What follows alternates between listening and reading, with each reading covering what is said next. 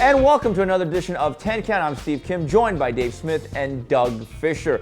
Guys, last Friday night, we were supposed to get the announcement. No, not from LeBron James, but from Manny Pacquiao on the announcement of his last fight, which is supposedly his swan song. Thursday night, various writers were informed that he would not be making a decision. Doug, this surprised me. I thought they had a decision. They had been talking about it for so long. I don't think anyone really knows what's going on with this situation. Yeah, I mean, the word within the industry is that it would be a rubber match with Timothy Bradley, who currently holds the WBO welterweight title, has switched trainers from Joel Diaz to Teddy Atlas, and I'm sure there are some people who are thinking like, well, it's a hard sell, a third fight between Pacquiao and Bradley, because most people feel that Pacquiao won the first fight, and they weren't exactly fight of the year candidates either fight. But maybe the 24/7 could be beefed up with the war of words between Teddy and Freddie, right? Teddy versus Freddie, right?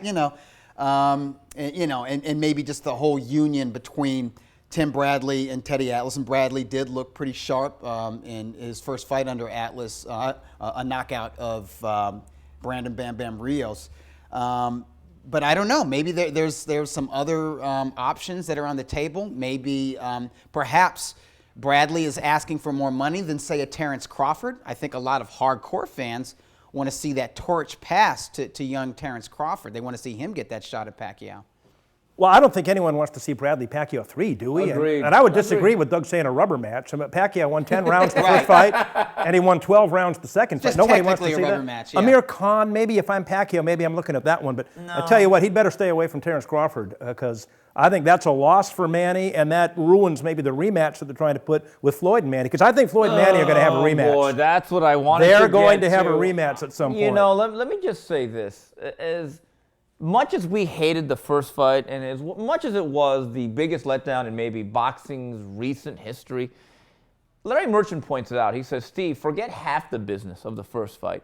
If this rematch, Mayweather-Pacquiao, should it occur, does 1/3, think about it, it's still the biggest available fight in boxing. It's still more than right they can now. make fighting anyone else. Right, and I get the sinking suspicion that maybe, with or without Bob Arum's permission, maybe Pacquiao's representatives are reaching out to Leonard Ellerbe to gauge the interest. Because if you really think about it, if this is Manny Pacquiao's last fight, and let's say it's Mayweather's last fight, or last fight, they are each mercenaries. And I've said this. Manny Pacquiao is every bit the mercenary Floyd Mayweather is, but with better manners. So with that being said, why wouldn't they go for the most amount of money? You know how they sell this, Doug? How? Manny had a torn rotator cuff, and he still won a couple of rounds. You make him healthy, it's an even fight. And then the public will start buying into, oh, Manny was hurt. He went in there with a bum shoulder. At least Pacquiao's faithful. Yeah, and then he has a lot of faithful. Then they'll have the rematch, and it'll be an instant replay, and Floyd will win almost every round, and everyone will be disappointed again. And we'll say, why did I pay for that? I won't be watching. Yeah, well, there you I'm go. going on vacation if that fight's made. Well, it'll be a replay, and the public will say, oh, my God, I can't believe I bought it again. Serves them right. Yeah. Buyer beware. Is there interest, though?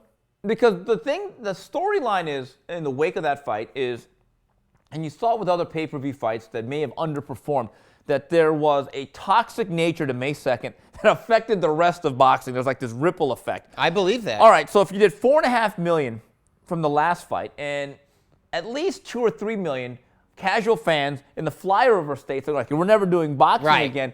I wonder, though, economically, each guy is going to want... They're going to want so much money. They're going to want hundreds of millions again. I wonder what their expectations are. See, I'm of the belief, do the rematch only if they both sign a contract saying we will never come back. Then I'm good with it. I really believe this, Dave. May 2nd came, and I was ready to turn the page from both Floyd Mayweather and Manny Pacquiao. And with what's happened since then, add Miguel Cotto to the list, and add Klitschko. This is a young man's game as far as I'm concerned. I mean, if it does $1 million, $1.5 million instead of $4.5 million this time, that's still more than either one of those guys fighting anyone else, right? There's and no they can doubt make about more money. And here's the thing: it's financially, a fight, it's better financially for both of them. It's a fight that the public isn't clamoring for right now. It's a fight that not just the boxing media, but the sports media, the general sports media, will pan it. They will rip this fight to shreds. Hardcore fans will rip this fight to shreds, but everybody will be talking about it. and talking about it and debating and complaining about it. In doing so on social media and within the media, they kind of drum up interest in the fight. That Now, can if happen. Manny has another- I think the people behind each fighter, they're aware of that. Now, if Manny So has I do another- think it's possible. Manny has another fight and he looks great, wins by knockout, easier sell, right, for a rematch? What if he looks really good in his next fight? Yes, but I wonder if If it's Terence Crawford. Yeah, if it's a Terence Crawford, then that's a huge risk. They're You know, taking. I think even Tim Bradley is a risky fight at this stage. Even now. Yes, I do. Here's the issue with Manny Pacquiao. Number one, I don't know how seriously he's taken this rehab. That's another thing. But when I don't know how seriously he's been taking boxing I for agree. the past 5 years. I agree. Steve. When he says, I've been swimming in salt water, I'm okay. The next thing you know, his corner man's going to be Benny Hinn. There's a farcical nature to what's going on here. But here's the thing. Going back to the Terence Crawford thing, there's an old saying in the gym that trainers say about bad matchups for particular fighters. They always say, he's all wrong. I think Terence Crawford is all wrong for I Manny think Crawford Pacquiao. wins that fight, and he's going to cost himself a lot of money. If he wants to rematch with Floyd and takes the Crawford fight, his management should not allow him to do that. And I think that's the issue. So there you have it. The answer is still out there. Who is Manny Pacquiao going to face on April 9th before he becomes a full-time politician? Can he make 147? Fischer.